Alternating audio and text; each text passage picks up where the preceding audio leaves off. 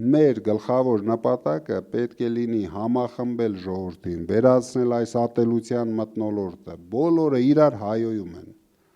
բոլորը, դուք տեսնում եք, դուք բոլորդ ինտերնետի հետ հավես ունեք, ոնց կար ամբողջ երկիր իրար հայոյիկ, կինը տղամարդուն, տղամարդը կին, հայ ընտանիքում ով ռիսկ աներ մեր կնոջ հասցեին մի թեթև գոնե ոչ թե դեմը ասեր, 100 կիլոմետրից ինչ-որ բան ասեր, կամ աղջկա ասեին, հիմա ազատ, այս ատելության մթնոլորտը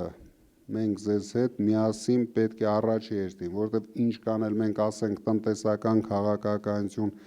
դուք տեսնում եք, որ մեր տնտեսական ծրագրերը լավագույն են, նույնիսկ այնքան բարձր նշաձող ենք դրել,